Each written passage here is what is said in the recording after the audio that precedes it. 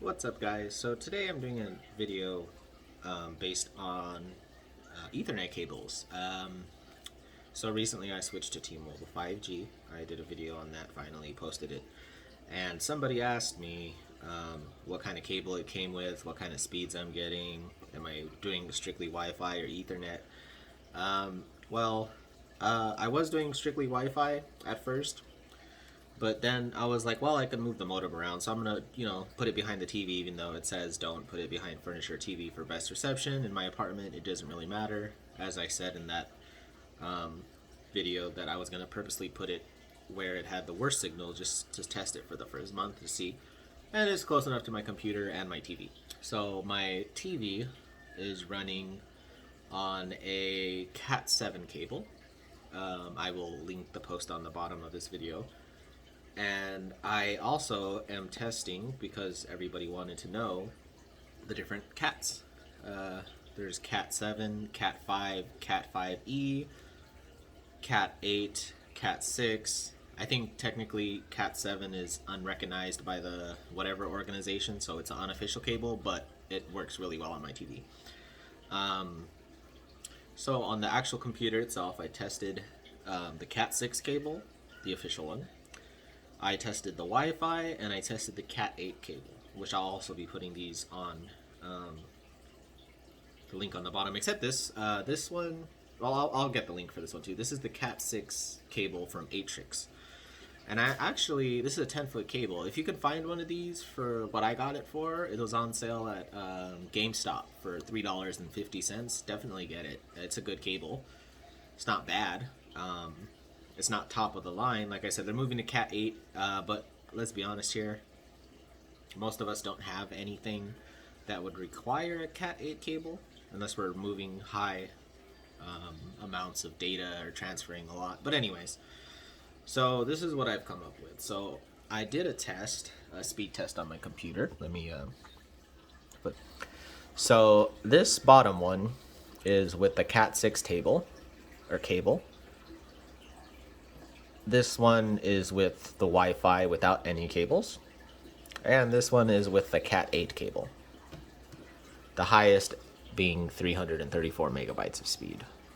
So, yeah, there's going to be less interference and faster transfer data rates when it comes to the different categories. But, like I said, it's not that much of a difference unless you're heavily gaming or streaming a lot. I haven't had any interference with the Cat5e, I think it is, that came with the T-Mobile. But I like having better cables if I'm going to plug them in, just because the Cat5 cables have been around since I was a child. I think those were the first ones that came out in like 99 or 2001, something like that. Don't know a lot of the history, but I can definitely say if you can get them for a good deal, upgrade them, because, well, this one, like, I like the quality of this Atrix one. It's very thick, has a cloth around it, it's braided cable, it's good cable. The only thing I didn't like is it didn't have, I put little caps on it, it didn't have the gold-plated receivers. Gold-plated receivers are good for conducting and transferring stuff. So both the Cat7 and the Cat8 that I have gold-plated receivers. That's why I chose to use those. But I had no issues with the Cat6 or the 5. The biggest difference, like I said, is the speeds. In fact, I have my computer. This is the first time I'm doing a video on my computer. I could tell you the difference in speeds right now. Cables. Let's see. So, what is the difference between them? Because I know I'm probably going to get asked this question, so I might as well just put it in the video. So, Cat5, this is the original cable, is widely used T-based performance to allow data up to 100 megabytes a second, slightly more, 125 megahertz. The Cat5e cables will do enhanced Cat5 cables, similar speeds, network cables, Oh, this website doesn't really have that. Let's look for one that actually has the different speeds. Okay, yeah, so Cat5 is the 100 megabytes for 100 meters, up to 100 meters. The Cat5e is the 1000 megabits for 100 meters. The Cat6 cable is 1000 megabytes for 100 meters and 10 gigabytes for 55 meters. And that's a 250 megahertz. That's where it starts to come in with the bandwidth. Cat6a is similar, 10 gigabytes for 100 meters, so it's just the enhanced version of the Cat6, and that one's at 500 megahertz. Now we're getting into the Cat7 Ethernet cables. That one will do 10 gigabytes with a bandwidth of 600 megahertz, and that's up to 100 meters. And then we get to the Cat8 cables. That is going to be, it looks like it's going to be 2000 megahertz. That's a big difference. And cable speed can, big emphasis on can be up to 25 to 40 gigabytes a second. It's the fastest Ethernet cable with not intended for office or environments, but suitable for connecting equipment, data centers, such as connecting servers and switches. Better references for following list cables and bandwidth. And let me flip this camera around real quick. So I'm just gonna looking at. So I read the whole thing. You don't have to do that, but on the bottom it breaks it down. So these are the differences between the different categories of Ethernet cables, and a lot of it is basically going to be the difference on how far your Ethernet's going, what conditions you're in, what you're doing with it, and how much you actually need.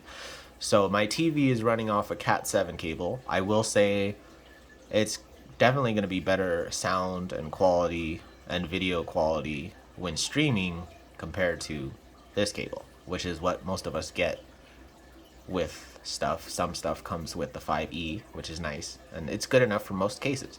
Cat6 is if you just want to, never have any connection issues at all.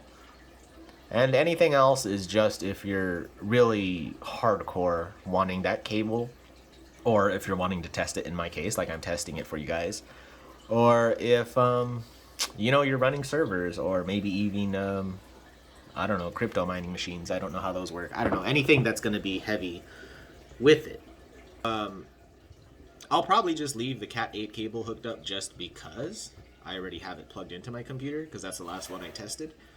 The Cat6, I'll probably just keep it as a spare because it was $350, and it's 10-foot cable, so it's a good cable. Like I said, I wish it had gold-plated receiving tips, but it doesn't. And then my Cat7 is going to be on my TV because it's my shortest cable, and I'll link that below as well. Show you what that one looks like. I picked purple, it comes in different colors, and then the Cat8's going to my computer. So, with that, I hope you guys find this video helpful, because honestly I was a little confused myself, but somebody asked me, and you know me, I'm morbidly curious about everything, and why not? So yeah, let me know what you guys think. If you guys have any more information or data or anything useful to add to this, feel free to comment it, and I will gladly look into it as well. And I like to take other people's advice, because there's much more. I like to take other people's advice into consideration, I should say. And it's because there's so much to know, and it's changing so fast. Technology, cables have been pretty much the same, but I'm happy with it. If you could find one cheap enough, I'm not gonna say go run out and buy a Cat8 cable that's expensive if you want it, but if you want it, there's some good deals out there. They're not as expensive as you think they would be, because a lot of people don't have actual use for them in the general household or office environment, because we're not moving that kind of data around. But it is definitely a more stable connection, and it has some decent speeds on it. So that's it for this video. Hope you guys enjoyed. I hope it was helpful. And yeah, like and subscribe if you can. Comment, interact with me. Talk to me. I'll feel free. Like people message me, and I usually check into it, whether it be about goldfish, or aquariums, or Ethernet, Wi-Fi. Adding stuff. I still got to do a cute couple more computer ones. But yeah, let me know anything you guys want me to look into, and I'll do my best to find out. Have a good day. And happy holidays. It's Christmas time if you haven't noticed the tree.